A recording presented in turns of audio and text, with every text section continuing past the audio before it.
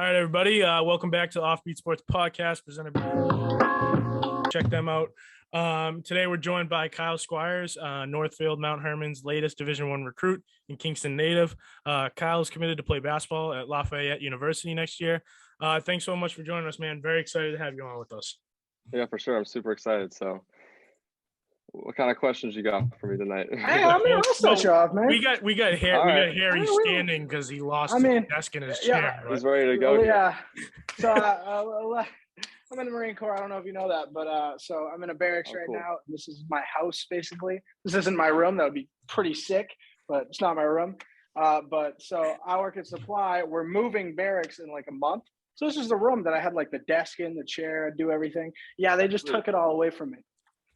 So I'm just in this abyss of a room. So hey, we're working with it. We're working with it. You got nothing in there, man. Hey, you got me for another month. I'll say that much.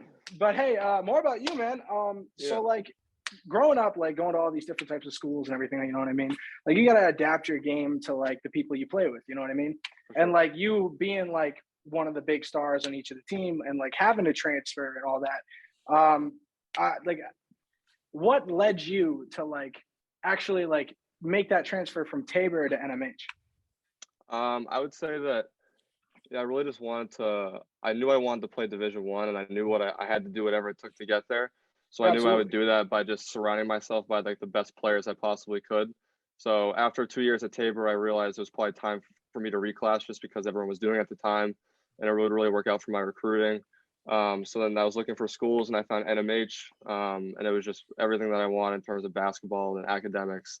I just surrounded myself by better players, and just as a result, I got better. Went through a lot of adversity, especially my sophomore year at NMH, but I kept grinding, doing my thing, and just stayed focused on the vision. So, hell yeah, man. What would you say was the toughest part about the transfer?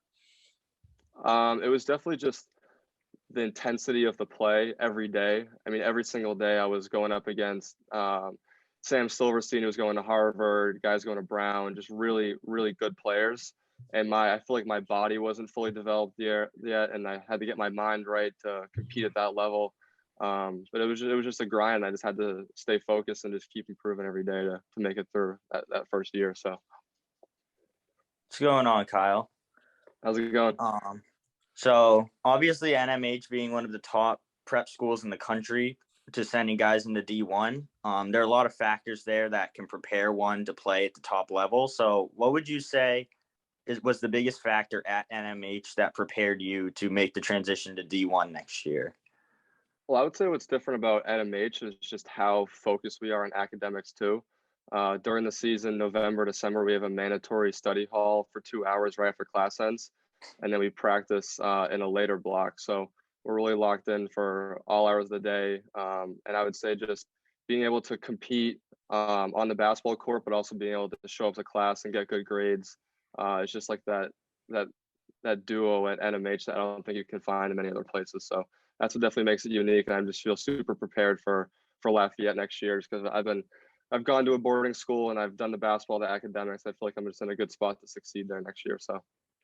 I kind of want to, if you don't mind, Cross, real quick. I kind of want to throw something in on that. Like I actually think that's really cool. I think that's something that a lot of people lose in like transition of games and just like, oh, my main focus is just NBA. I want to be good. I want to be good. I want to be the best. I want to be great. You know what I mean? I think that's one thing that a lot of people lose sight on is like, you're getting all these opportunities, like you especially, you're getting all these opportunities to go to these places with really good schools to play that game that you've been trying to make yourself at. So like the fact that like your coaches and like your teams like giving you that opportunity and like pressuring it hard to like, hey, don't forget about your schoolwork. Like this is something that you really need. I mean, like I didn't do jack in high school, you know what I mean? And like, am I better off now? Like, yeah, cool, I'm doing all right. But like, had I taken the opportunity to like actually hit the grind instead of just focusing on myself, like having someone to implement you into that like style of like flow of managing like schoolwork with your like, you know, getting down and dirty on the court. You know what I mean? Like that's sure. I respect that a lot. And that's pretty sick, man. Yeah, it was definitely a balance that took me a while to get used to. It was really tough for me to succeed in the classroom and on the courts because I hadn't like used to doing both of those at such a high level. But just staying at the grind, I just kind of got used to it and just became like a daily habit that I just did every day. And So that's kind of how it worked out, but it's definitely a balance for sure. No, respect, man. Good for you. So you played with a lot of great players at NMH, guys that are playing at the Division I level now. Yeah. Who at NMH that you have played with has probably had, or who's had the biggest impact in your game, whether as like a mentoree or a mentor kind of mentoree situation? I would say Darius Irvin. So he was a senior my sophomore year, the first year I got there. So I only got to play with him for 1 year.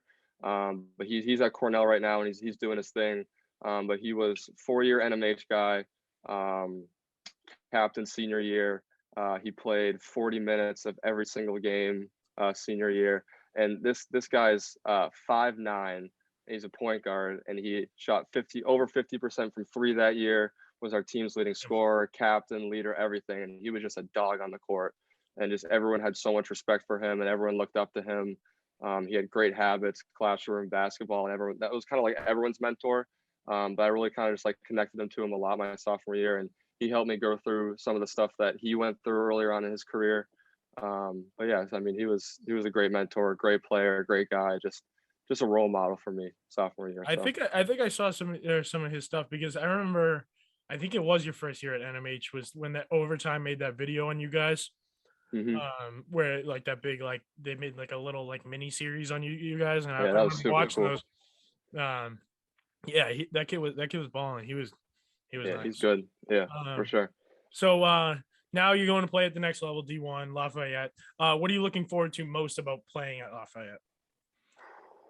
I don't know. I just feel like I'm ready to just compete at the college level. I feel like that's kind of what I've been working for at NMH for 3 years, just building these habits and trying to get myself prepared to go there. And I feel more than prepared to just come in just as a freshman and just compete with other guys, and not being afraid to take other guys' minutes and just really compete and just kind of just get what I've worked so hard for the past 3 years. So I'm super excited and pumped, and I'm just ready for the college level. So it's gonna be good. It's gonna be good stuff. I want to win a Patriot League championship our first year, so that's the goal.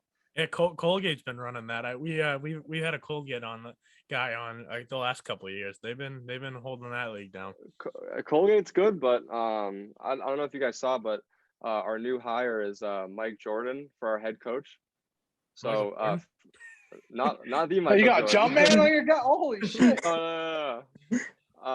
Mike Jordan, he was an assistant at Colgate for 4 years, so he's replacing Fran O'Hanlon, who was there for like 25 years or something crazy. So he's been there for you guys got had to bring in you got the old classic walk into the other team's huddle and just sit there and listen for him.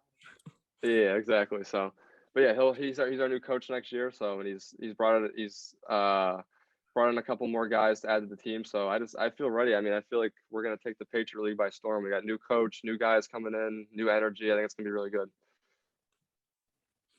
So as you know, the process of selecting a college to play at for D1 can be a long and grueling process at times with all the visits, travel, etc.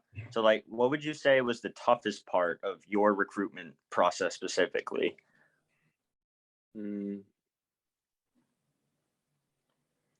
I would say, I mean, I don't know if I had like a tough aspect of my recruiting process. I feel like definitely my parents helped me be prepared for it. I feel like I knew kind of what I wanted out of a school. I knew I wanted to play basketball, but also do academics. So right off the bat, that was basically Patriot League, Ivy League, or A10 like Davidson or Richmond. So I kind of already knew the schools that were in my wheelhouse. So you also went through the process with your sister, so you kind of got a little sneak peek. A lot of people don't get that, but you got a little sneak peek into it. Yeah, so that probably helped. My parents were definitely prepared, and they learned some stuff with my sister for sure. So they were able to help me with the process. I felt prepared. It was just a matter of getting myself to that level of play to get to those schools. So, but I mean, there was definitely challenges and setbacks on the way to getting there. I would say that would be like the toughest part for sure. I mean, I feel like, looking at myself, I mean, like I'd probably compare myself to just a younger, smarter, more handsome, stronger Michael Jordan. But if you had to look at yourself and jokes aside, like, I mean, I'm nowhere close to it, but like in a realistic scenario, so like you look at yourself, you look at the NBA, like you watch, I'm sure you're watching the playoffs right now. You're watching tape, you're watching guys play against other guys, and you playing against these guys who like had to develop yourself, like against guys that you've never thought you'd be able to like guard going up. You know what I mean? So like as you're going on, as you see your game developing, who would you compare yourself to? At the NBA, like at a college level, like if you can look at one player that you know of, who would you say you're idolizing or you model yourself after the most? Well, I gotta say Duncan Robinson just because I'm a shooter. So I mean that's definitely the easy answer. But what I've been working a lot in my game is I've always just been a shooter, especially at NMH this year with so many good guys on the team. Everyone kind of has their role. So my role is just basically be the 3-point shooter. And over the past 3 years at NMH, I kind of just mastered that skill.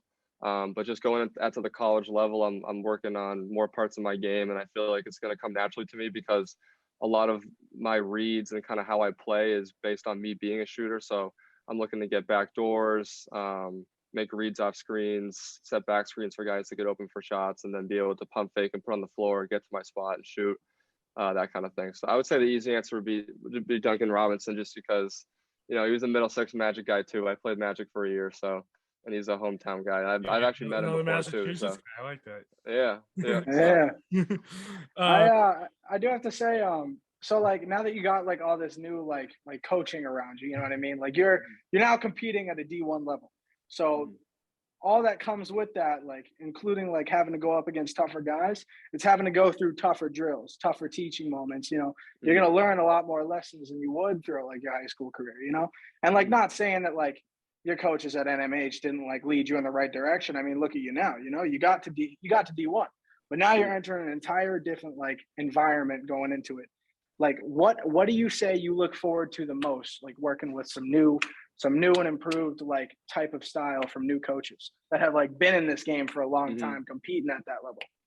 Right. Well, I would say I'm most excited to just take the things that I've learned at NMH and just apply them to college, because the stuff that I've gone through NMH, just like the setbacks and the tough coaches here, I would say that it definitely made me mature as a player and as a person. I feel like I learned a lot of lessons, and I feel like I'm ready to take those to the college level. And I've learned so much stuff here just about what it means to be a competitor, what it means to be on a team, good culture on the team, good culture outside of practice and games, just the guys hanging out and that kind of stuff. So I feel like I'm just ready to just take it to the next level, kind of how I did when I went from Tabor to NMH. I feel like I'm finally ready for like that next step. So, but I'm super excited just because with this new coaching staff coming in, I feel like, the school went with a younger guy, and I think he's gonna bring new passion to the program, new energy, and I'm just super excited to get a rolling next year. So I can't wait. Hell yeah, man. So you've played with a lot of different players throughout your career and have met a lot of different coaches, from youth basketball when we used to play in the rec league to now in the NMH prep league. So who would you say of all the people you've met has helped you the most in your career to get you to where you are today, prepared to play Division I basketball at Lafayette? Whether it be family, coaches, players, who, anyone. It's a tough one. I would say it's either my parents, just for always supporting me and being able to push me and motivate me. But I would say that I really like this outside of my parents, I never really had like a different mentor. And when I got to NMH, I would say that JC was a huge influence on me, just because he really, he taught me lessons about what it means to play the game and how to be a competitor. He really broke me out of like my shell coming in here. He wanted me to play like a tiger, basically, is what he would always tell me. And that was his thing for me. So he definitely motivated me, and he definitely pushed me. But as a result, I got so much better, and I was able to, play here for 3 years, and we made it to the national prep championship, but we lost to Putnam Science in the final. So it was a heartbreaker, but we had a great season. We got the most NMH wins in school history, which was big for us, and I'm also one of 4 players for the most NMH games played in the season too. Me and 3 other guys this year. So sure. So it was a lot of hard work sophomore year. I I came in sophomore year, wasn't playing that much, but I just had to show up to practice every day and just work my ass off with the older guys, trying to get better. Yeah, earn our spot. And then junior year was huge because of COVID, and JC was super prepared with just making sure we were playing basketball every day and lifting and just getting better, because it kind of seemed like during that year other people kind of got behind.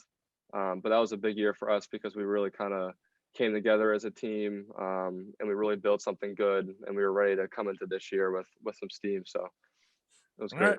Well, that's all we got. Very proud of you, man, just from knowing you like when we were younger, watching our sisters play against each other, us playing against each other, playing with each other. Proud of you, man. It's good for you. Yeah, get a Silver Lake guy up at the big leagues. But that's all we got for you. So that just wraps up tonight's episode. Thank you to Kyle for coming on and taking the time to do this interview with us. We appreciate it, man. Hey, best of luck to you, man, and your journey with Dirk. Yeah, we appreciate it. This is awesome. All right, well, we can't wait to watch you play at the next level, man.